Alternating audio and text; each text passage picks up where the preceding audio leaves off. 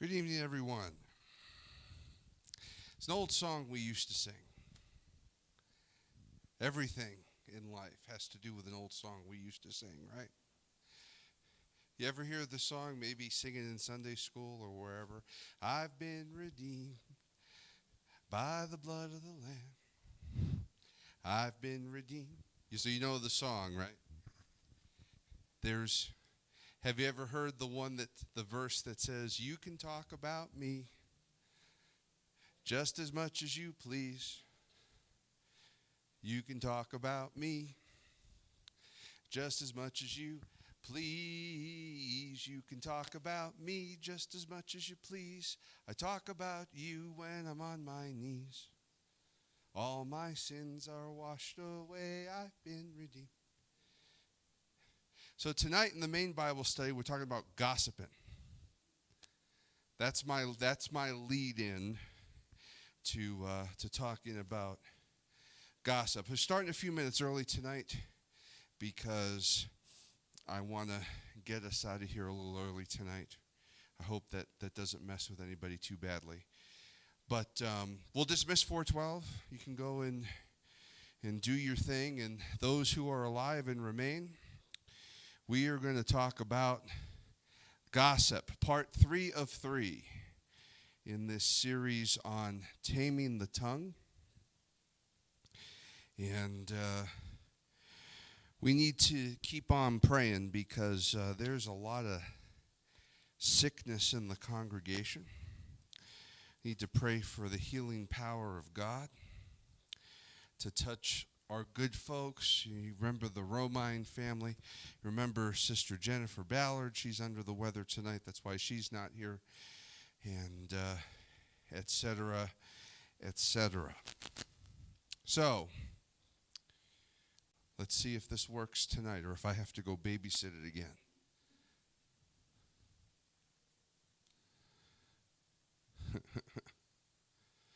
The best laid plans of mice and men.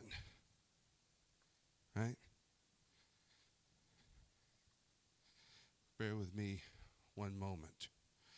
I think part of the problem is that I try and set it to so that it's preset before the Bible study starts, and I think that's my problem. I have to just kind of set it.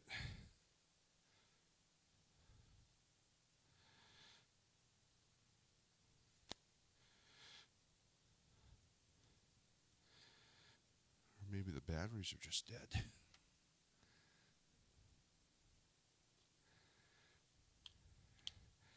I would figure, right?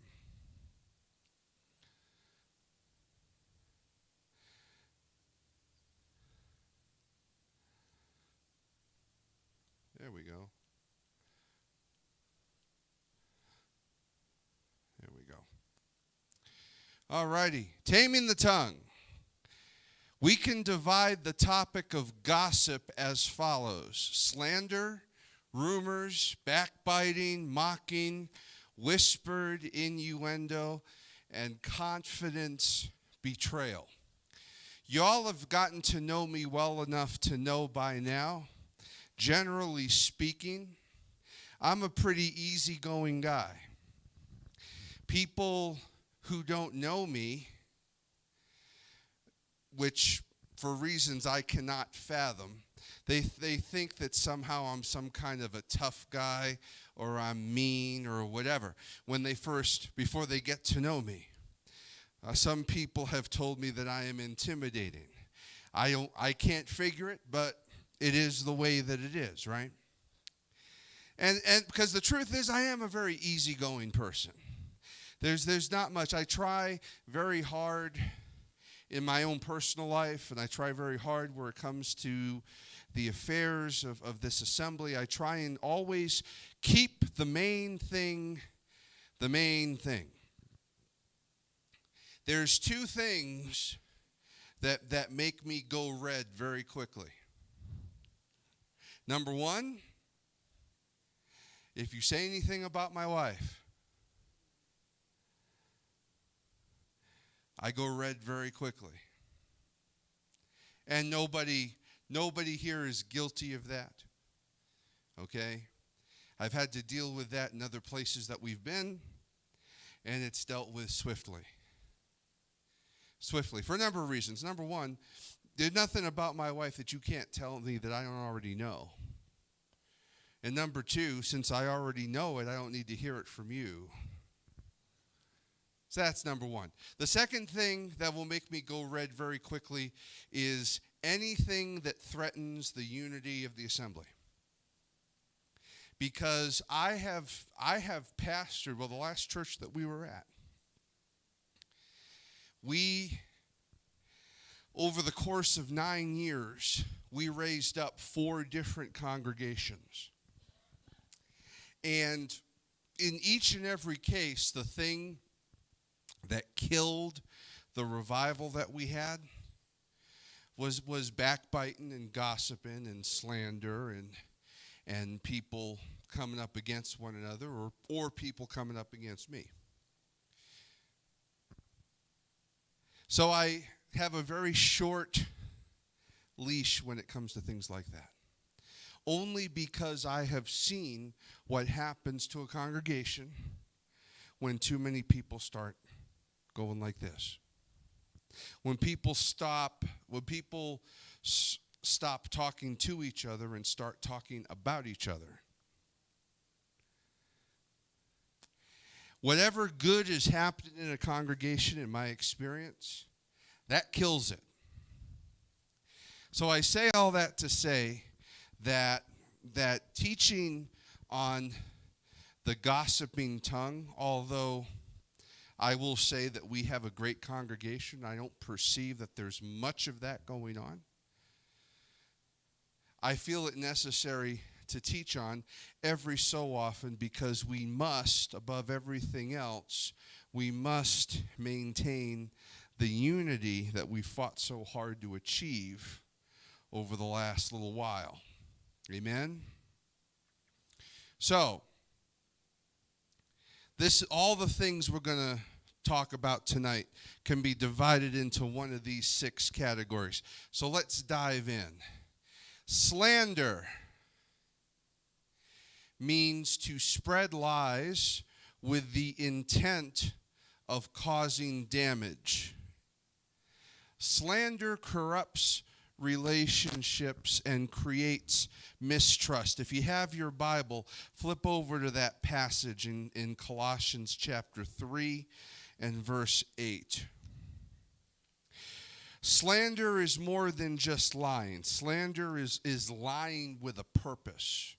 The purpose is to cause essentially disunity, to try and distract people from what their purpose is supposed to be as the sons and daughters of God. Colossians chapter 3, verse 8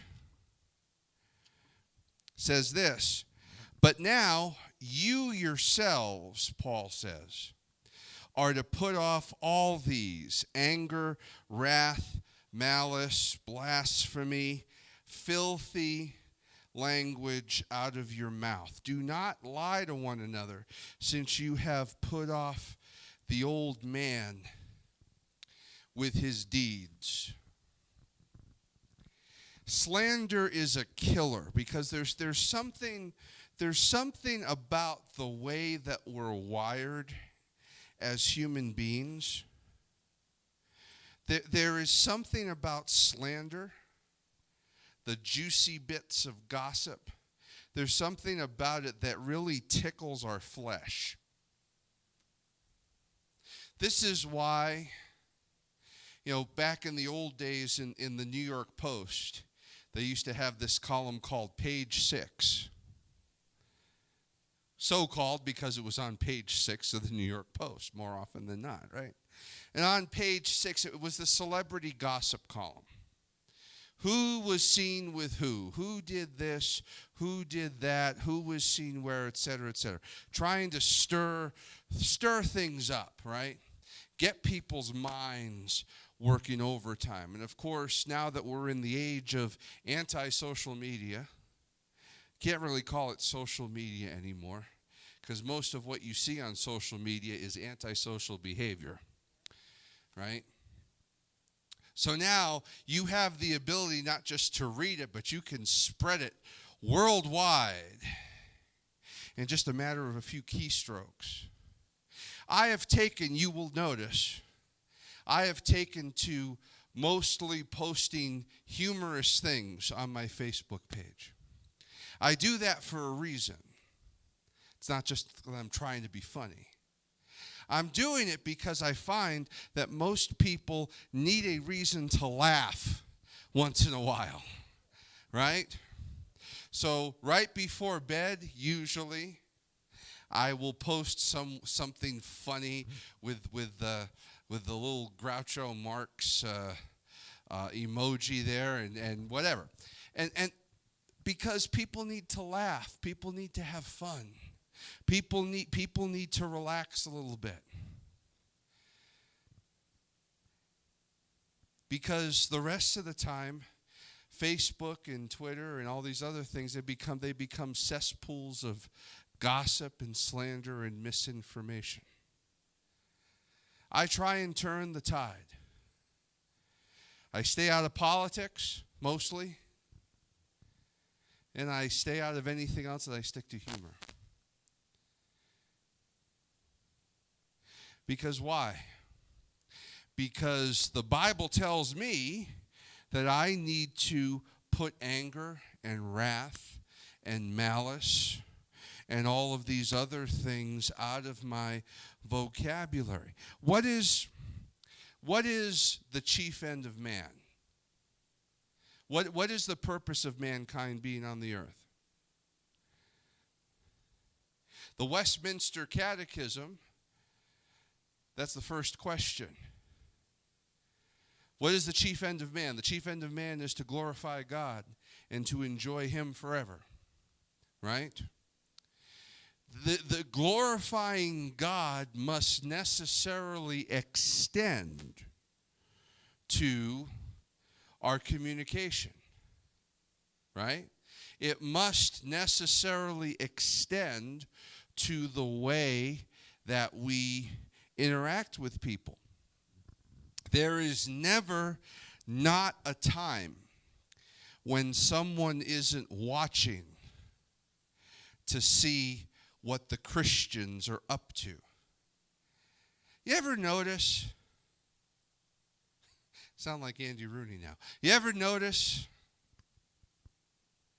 that people can say whatever they want to say, but if you say it, you being the Christian, oh, you're the one that gets called out for it. Am I right? It's supposed to be that way. It's supposed to be that way.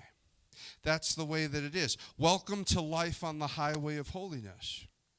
Because the higher that you go, the more visible your faith is. The higher that you go spiritually, the more visible your example is to other people. And there's two ways that you can respond to this truth. You can either intentionally try and stay at a lower level so you stay under the radar. A lot of people do that, or they try to do that. And those are the ones that generally are ripe to fall into some kind of sin along the way. Because it's a basic thing, right? The closer you get to the edge, the more likely you are to fall off. Right? So they try and stay, just saved enough. Just holy enough. Holy enough that I can please God, but not so holy, quote unquote, that I become a target.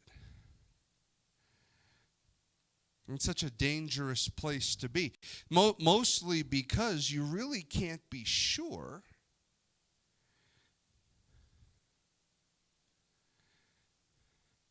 of where you stand. Can you?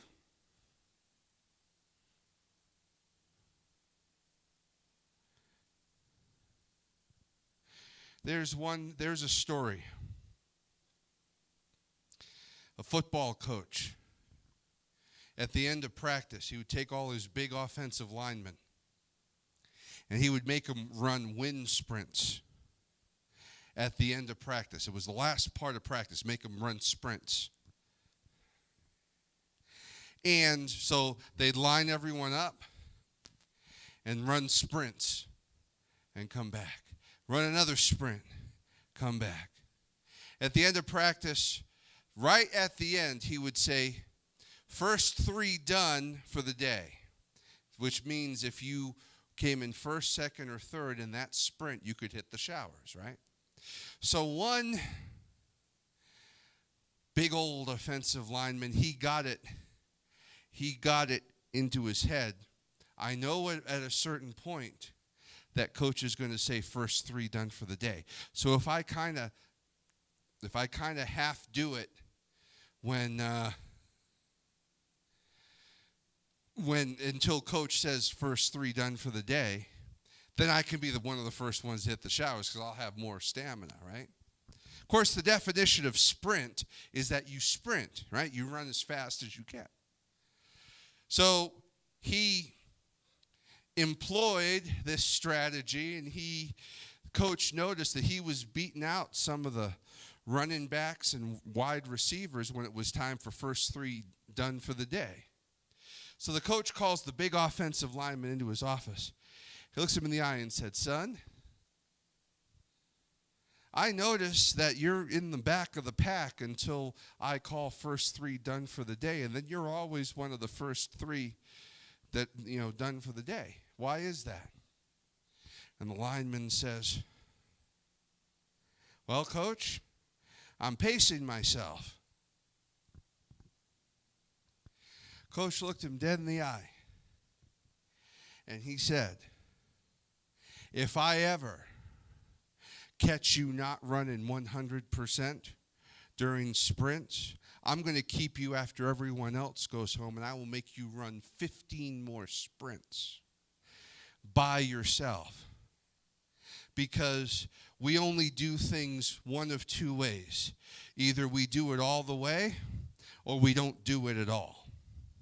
And that is the sense that we need to take when it comes to our faith and to our life on the highway of holiness. If we're going to do it, we've got to do it. We've got to do it with everything that we have in us. We need to not, I've spent too much time in the church watching people who have 1 foot in the world and 1 foot in their life is walk because you're trying to please everybody. And when we all know, we've been around long enough to know, you try and please everybody, you end up pleasing nobody. And there's only one buddy that you're supposed to be trying to please, and that's Jesus Christ. And Jesus Christ has called us to live in the Spirit and to walk the highway of holiness. And he expects that we do it with everything that we have in us. Either do it all the way or don't do it at all. Now, that's not to say that there won't be things that we struggle with, and people, especially people who are new to the faith or people who just come back from the faith, there are going to be some things they have to overcome, and we have patience for that. We have grace for that, and I believe that the Lord has mercy towards that as well. But God, who sees all, who is able to judge the human heart, can understand the difference between someone who is half doing it in preparation for the sprint at the end and people who are doing their level best. God always expects our level best. Am I making sense tonight? None of that was in my notes. That was free with the price of admission for whoever it was intended for, whether someone in the room tonight or someone who's watching online. Let's go to the next page. So what happens is, if you live long enough and you spend enough time in the church, you're going to hear someone eventually engage in slander. And like with a lot of things, if you begin to ask the right questions, you can nip slander in the bud. My wife is great at this. I have a tendency, I just let people talk, and I'll forget about what they said as soon as they've said it to me, because it doesn't go any further than me. And people just get it off their chest. You know how that goes, right? Some people just need to unspool, right? But try this on for size. A slanderer approaches you, because of course misery loves company, right? It's not slander unless it's shared with someone else. So as my stepfather used to say, it takes two to tango, right? So they come up to you. Look them straight in the eye. Do you have proof?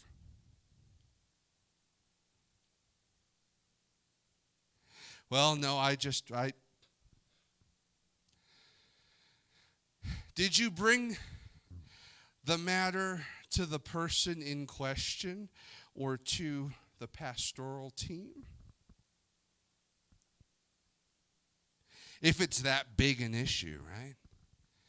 If there's something going down that's so bad that somebody needs to be told, you might as well tell somebody who can actually do something about it, right? By the way, I'll say this. This is not in the notes either. This is also free with the price of admission. If you come to me with a concern about someone else, that's not gossiping. Okay? Particularly if that person is saying things or doing things that can cause division in the assembly. You need to come talk to me or pull my wife aside or whoever, right? And say, hey, this is what's going on, and I feel you should know about it. That's not gossiping. We had a situation where we had started, back in Massachusetts, we had started a small group, because we did small groups during the week because we didn't have our own building. We only had the use of a building for Sunday service. And so during the week, we met in homes. And at the height of our ministry in Massachusetts, we had several small groups meeting in different towns around where we were living. And so there was an issue. What would happen is my wife would go and teach a small group in a particular town.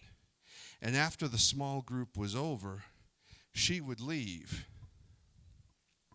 And as soon as my wife left, the whole thing became a toxic soup of gossip and slander and stuff said about me, stuff said about her, stuff said about the church. It ended up causing ultimately a split in the church. I pulled one of the people inside who was loyal to us but was privy to what was going on. We said, why didn't you tell us that this was going on? Well, I didn't want to gossip. That's not gossip. That's sounding the alarm. Am I making sense tonight? Know the difference. If you say it, generally speaking, if you say it to someone else in the church, that's gossip. If you say it to me, that's bringing a concern. Now, I may turn around and tell you that it's gossip. But at least it's safe with us. Am I making sense? Okay. Also free with the price of admission. Because here's the thing. If people aren't willing to talk to leadership about something they see going on, then they're not really interested in the health of the church. They just want to tell stories, which is gossip, and which ends up causing division. Okay, let me not keep repeating myself. Moving on. Why are you telling me this information?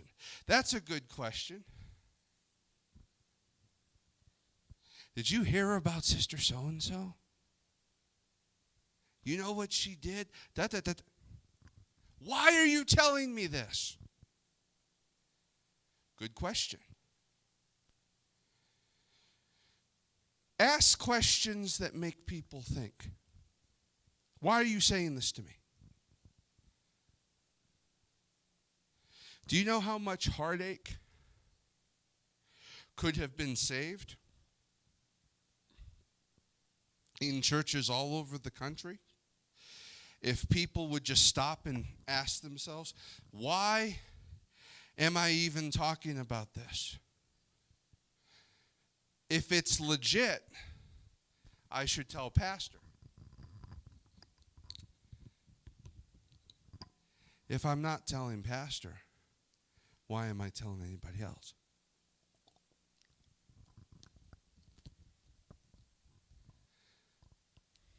Another question. Have you attempted to restore your brother or your sister? You've obviously witnessed this behavior, although 9 times out of 10 they haven't. They've just repeated what they've heard, right? Have you tried to restore this person, encourage them to get back on the right track? Galatians 6:1, folks. Brethren, if a man be overtaken in a fault, you who are spiritual. Is there anybody spiritual here tonight? You who are spiritual, restore such a one. Spirit of meekness and humility, taking heed of your own selves. Right? That's what the Bible says. So if you know this deep, dark, bad information, what have you done to restore the person? What have you done to try and get them back on the right track? Or do you just like to hear yourself talk? And unfortunately, some people do.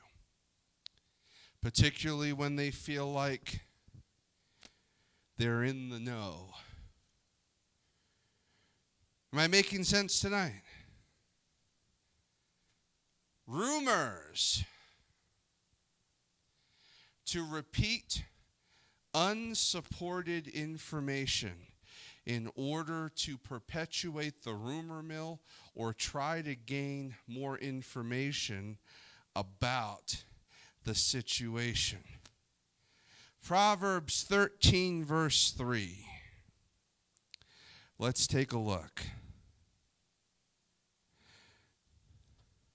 Proverbs 13 and 3 says this: he who guards his mouth preserves his life, but he who opens wide the lips shall have destruction.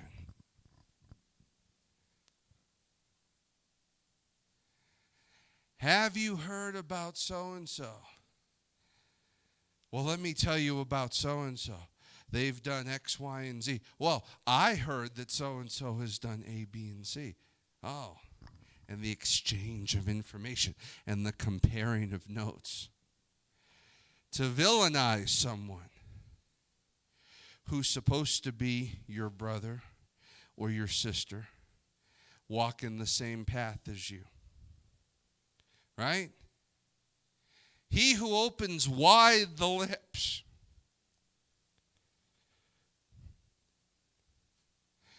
is headed for destruction. Right? He who guards his mouth preserves his life. I think it was Abraham Lincoln who once said, it's better to remain quiet and be considered a fool than to open your mouth and remove all doubt. Words to live by. We have to stop rumor mongers in their tracks. Redirect. And here's the thing. Not all of us are confrontational by nature. Believe it or not, I am generally non-confrontational. Okay? I'm the type of person, I just let people talk and figure eventually they'll shut up. Exactly. I wasn't going to say it that way, but since you brought it up. Eventually they'll shut up and I can get out of the situation. And the problem is with a rumor monger, the lust for information is so great. If they don't get anything out of you, they're just going to try and go to someone else, right? And they may decide to prey on someone who is less spiritual than you, someone who's more apt to engage in the gossip. And I've seen this happen in churches. There was a lady one time in our church in Massachusetts. She targeted the wrong person. She was targeting one of the first converts we made in the church. Someone who I still have a relationship with to this day. This lady had come in, and they were of similar age, and so she was single and lonely, and she was trying to target this good brother who was really trying his hardest to live for God. And she was trying to fill his head with all kinds of stuff about things I supposedly did and said, and it's interesting. Sat down with her, my wife and I, confronted her, and told her to stop. She said, "I'm not stopping." I said, "Really? Let me put it to you this way. Either stop or leave." "Fine, I'll leave, and I'm taking brother so-and-so with me." I said, "You most certainly are not. If you leave all by yourself."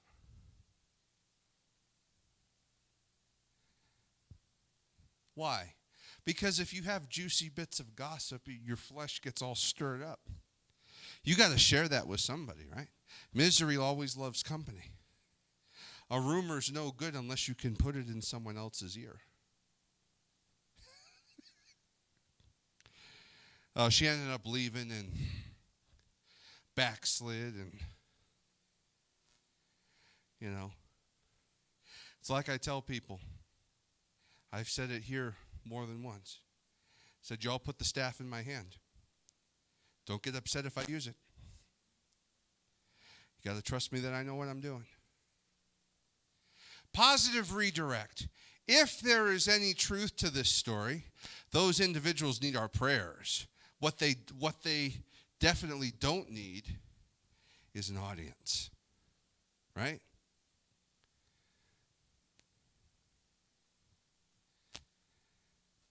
The key to it is positive redirection. It's one thing for it to not let it affect you.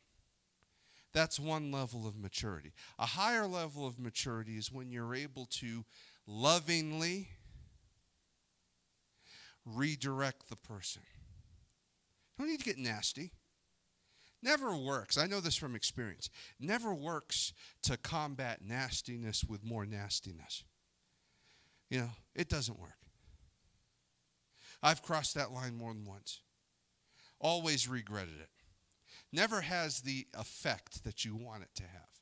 Not ultimately. but positive redirection, because it may stop with you and you might be okay spiritually, but as the church continues to grow, as we have more new people come in, they might try and go target a new person. Try and get them to lose out. It's one thing to bring people in. Bringing people in, that's evangelism, that's soul winning. Keeping people here, that's discipleship. And people that just come in are just as likely to go out. People that can stay and be discipled, and those who are positive role models be not just passive role models, but active role models. Do you understand what I mean by that? Passive role model is like, well, I'm going to just be godly for myself. I'm going to do what I know God has for me to do. That's passive. Active is, I'm going to do that, and I'm going to encourage other people. And that is a higher level of spiritual maturity. Backbiting. Ooh, this is nasty. Secretly speaking spiteful words about a person when they're not around to defend themselves. Proverbs 22 and 23.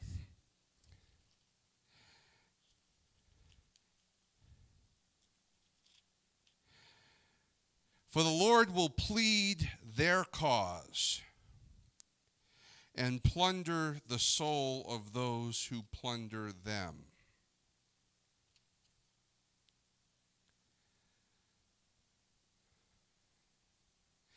Here's the thing. It's easy to attack someone when they're not around to defend themselves.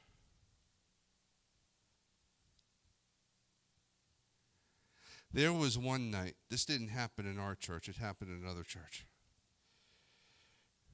We were at a district event, of all places. And my wife came round the corner from the restroom. This didn't happen here. Didn't happen in Idaho. Came round the corner out of the restroom in time to hear somebody whom I considered a friend, still do,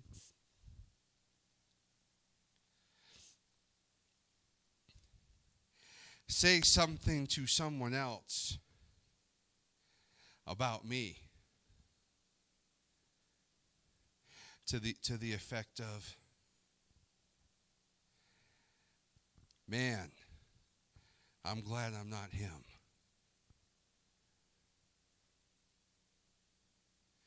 And of course, this person's back was to my wife, so he didn't see that she was coming up behind him. But she was close enough to hear him. So my wife came around the corner, said, "Hey, brother, let me talk to you for a minute."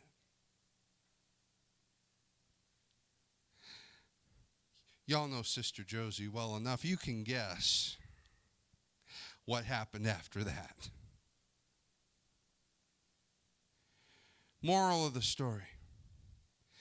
If people say things about me that I'm not around to hear, one way or another, the Lord is going to have my back. The Lord pleads the case of those who don't have anybody else to defend them. You don't want to be on, facing the Lord's wrath on something like that. Psalm 101, verse 5. Whoever secretly slanders his neighbor, him I will destroy. The one who has a haughty look and a proud heart, him I will not endure. Backbiting is secret slander. Secret slander incurs the wrath of God, one way or another. Backbiters need direct reminders. Because remember, going back to the armor of God, right? We have the sword of the Spirit. We have the shield of faith, the breastplate of righteousness, the helmet of salvation, the belt of truth, and the feet shod with the preparation of the gospel of peace. We have everything that we need to fight what's in front of us. But there is no spiritual armor for the back. And the back is vulnerable. Shortest path to somebody's lungs is to the back, right? Attack the lungs. Person can't breathe. If he has, as we learned in the Karate Kid and other places, if he can't breathe, he can't fight. Right? But there's no armor for the back. Why? Because we are supposed to have one another's back.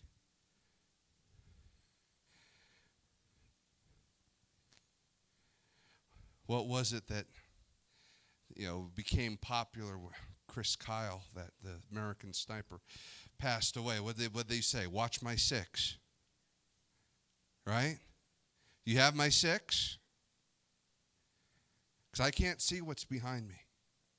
I can only see what I'm in front of me, what I have in front of me.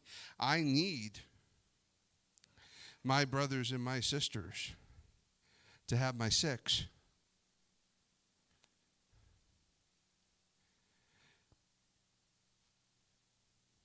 I'll make it real simple. Don't let anybody talk badly to you about your brother or sister. Don't stand for it. You have the right to confront it. If I'm not around, you have the right to confront it. Right? It's especially true.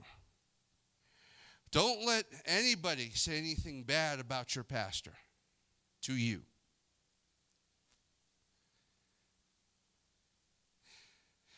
Don't do it. What does Scripture say? Strike the shepherd, the sheep scatter, right? Don't let it come to you from anybody. Nip that thing in the bud. Why? Because the Lord knows He is my witness. I have your six. I need you to have mine.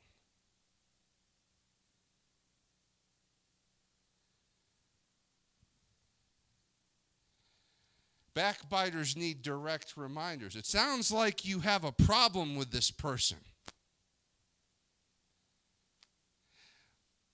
What have you done to make it right?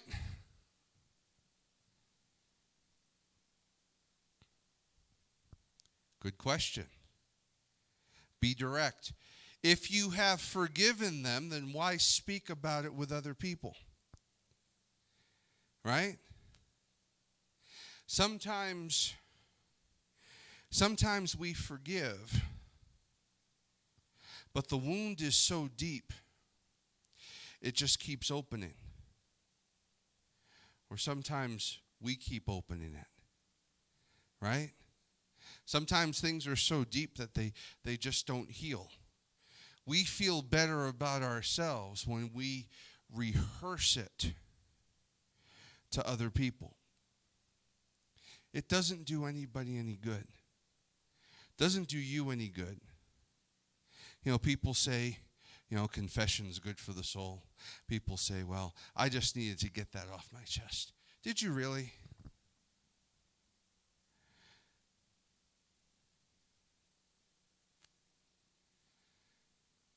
If it's forgiven, then it's forgiven. If you're still talking about it, chances are it ain't forgiven.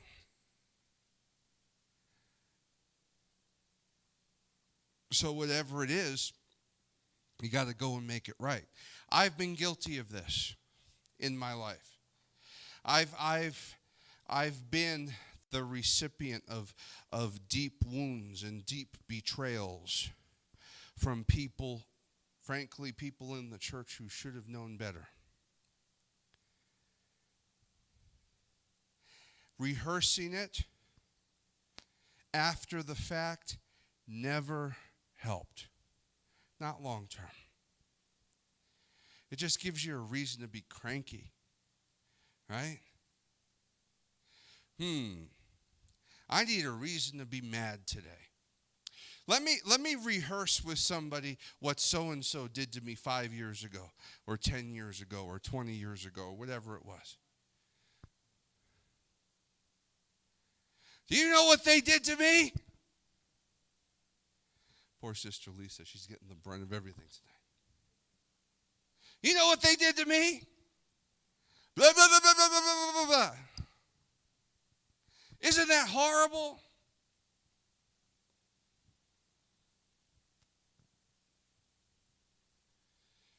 It might feel good for like a second and a half, honestly. Because what I have found, here's the thing. I've had to forgive people who were convinced that they didn't need my forgiveness. And you want to know something? People who are in that state of mind, while you're rehearsing the hurt and you're refeeling all the emotions of what happened to you, chances are they're sleeping like a baby.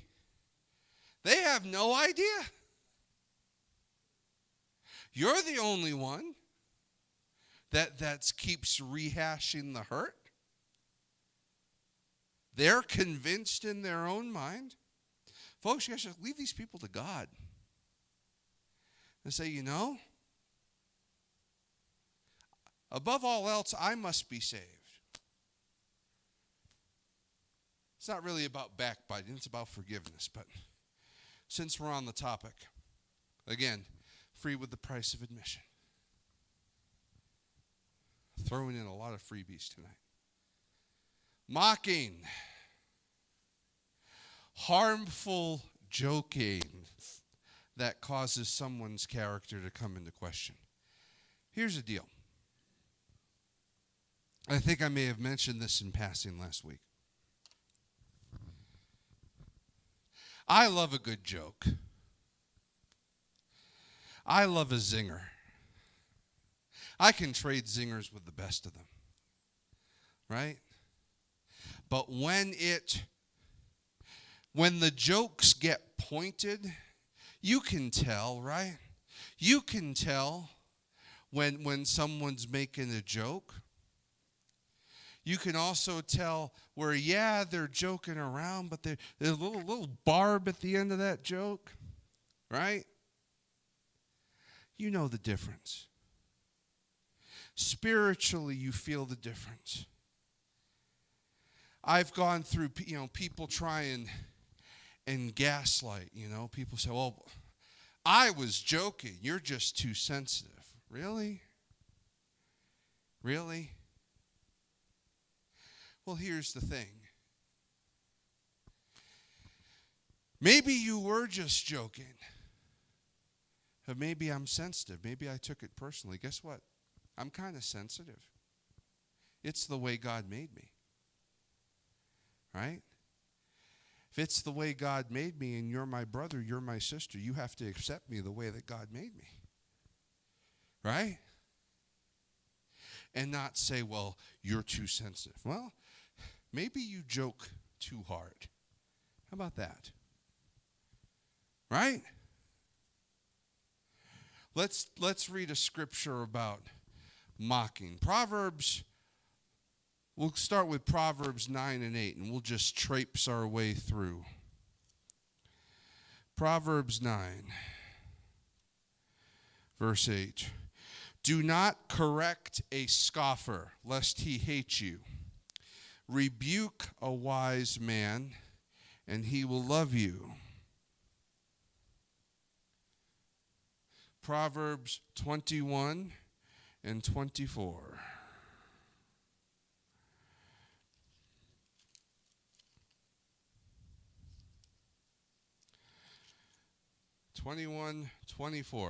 A proud and haughty man, scoffer is his name. He acts with arrogant pride. Proverbs 22 and 10. Cast out the scoffer, and contention will leave. Yes, strife and reproach will cease. The scoffer or the mocker, right? It's character assassination disguised as a joke. Attack it head on.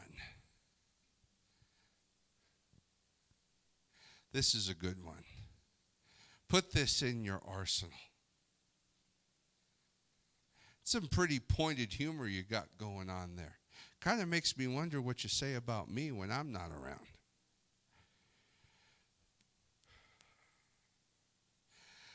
As the old timers used to say, if you can't say, if you can't say amen, say oh me.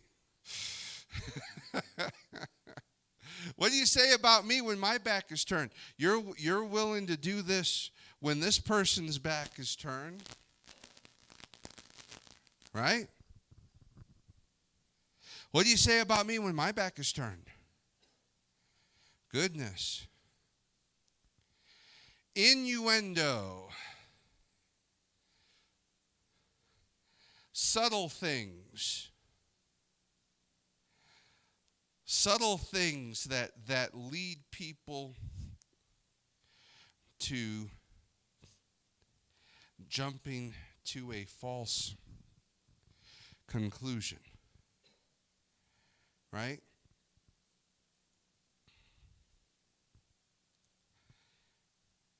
There's a story of the local parish priest who had a housekeeper. And the priest invited a married couple over for dinner and they had a meal together, and the priest was entertaining them, and the married couple went home. Housekeeper, a couple of days later, went to the priest and said, one of our silver spoons is missing. They were all here. They were all here up to the night that we had this couple over. So the priest said, I'll deal with it. Calls the husband of this couple and says, I'm not saying that you stole a silver spoon, and I'm not saying that you didn't steal a silver spoon. All I'm saying is that the last time I saw it was when you were having dinner with me. And the man turned around and said to the parish priest, I'm not saying that you're having an affair with your housekeeper, and I'm not saying you're not having an affair with your housekeeper. All I'm saying is that if you had slept in your own bed at night, you would have found the silver spoon.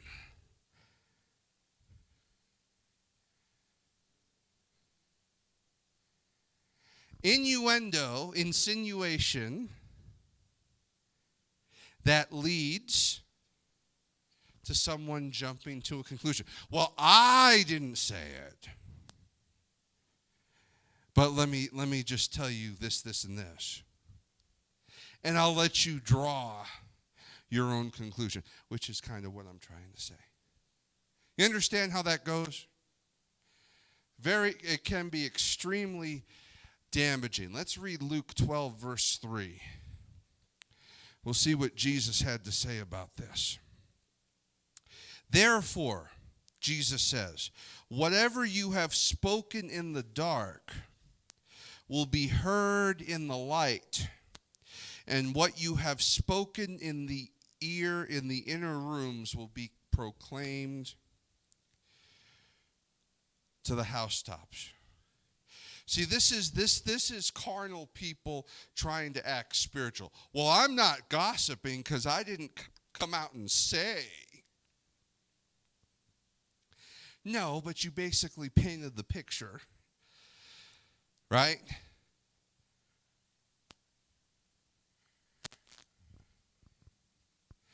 got to redirect people back into reality. Don't hit at things that may not be based in fact. You know, this is what happens. People take random little pieces of fact, random little factoids, and they build it in such a way. Lawyers and politicians do this all the time. They take random little facts to try and build a perception or build a worldview that they want you to buy into. Right? And sometimes things may or may not be based in fact. Here's a good one. Hashtag things that Josie would say. Everything that happens in secret will eventually be made open, including this conversation. Right? Got to nip all that in the bud. Right? You got to make sure we have to deal with each other since we're called to be together. We're called to do this Christian life together. If we're going to interact with one another, we have to interact with one another lovingly, and as important or more importantly, we need to interact with one another honestly. True? True. Confidence betrayal. Someone shares a situation with you, or you've been entrusted with information, and you begin to chinwag the details in other conversations.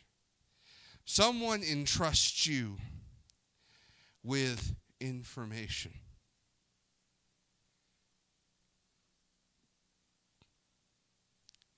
And asks that it be kept between them and you. And you go blab it to someone else. Proverbs 20, verse 19.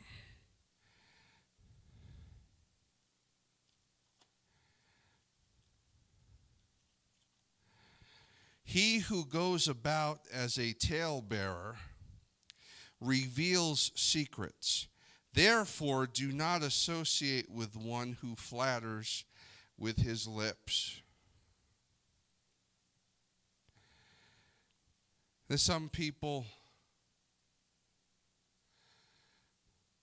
you just can't trust information with, right?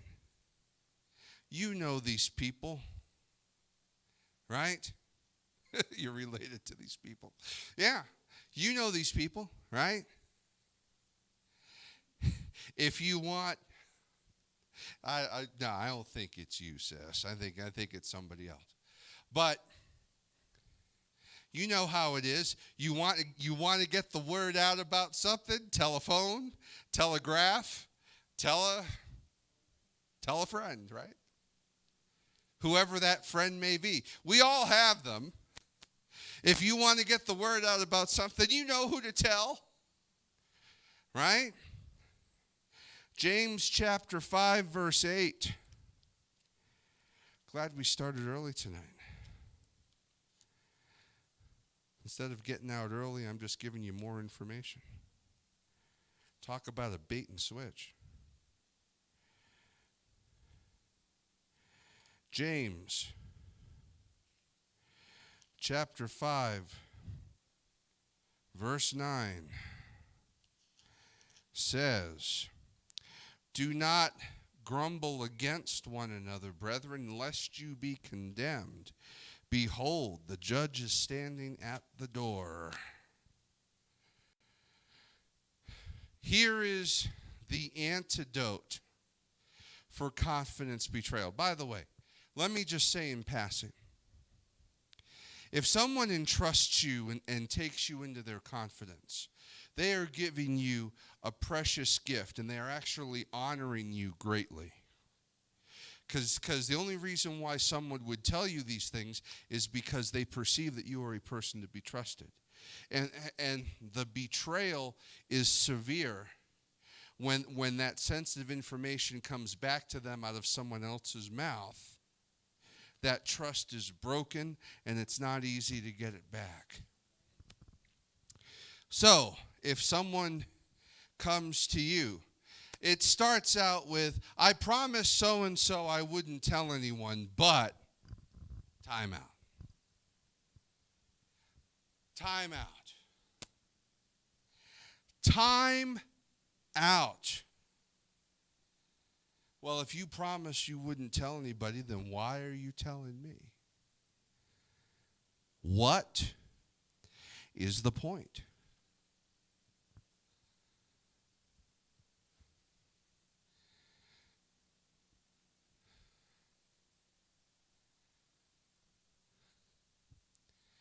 Hit the pause button. What is it about what they have told you that you feel the need to tell me? Right? Now, obviously, we understand that this has limits, right? You know, if someone has suicidal ideations, for an example, right? That's not a confidence you can keep. You've got to, in some cases, depending on one's position, you're legally required to tell somebody. Exactly. So there are obviously some things that you can't keep under wraps. You know, I used to, as a school teacher, you know, when I was in a school teacher, there's certain things kids told me, if they told me, I couldn't keep it a secret. Abuse and things of that nature, right? So I'm not talking about those situations. I'm just talking about the juicy, gossipy bits that tickle our carnal selves. What is it about what they've told you that you feel like you need to tell me? Are they going to kill themselves? No? You probably shouldn't be telling me. Are they being abused? Are they in an unsafe situation? No. Then you probably shouldn't be telling me. Or if they are, you should probably be telling the authorities. Right?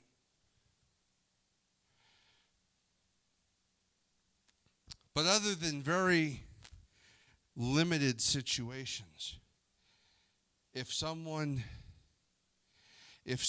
has taken you into their confidence, don't feel the need that you need to break that. Now, there are some other things too, particular to the church, as I've said before. You know, my wife and I, we can't address things that we're not aware of. And backbiting and dissension will kill anything that we're trying to build here. So, as I said before, that's not gossip. That's sharing a concern so a concern can be addressed. Right? Because sometimes these things kind of intermingle, right? Don't tell anybody I told you this, but slander, slander, slander, gossip, gossip, gossip. You know, right? Then you turn around and let me know. And I'll find a way.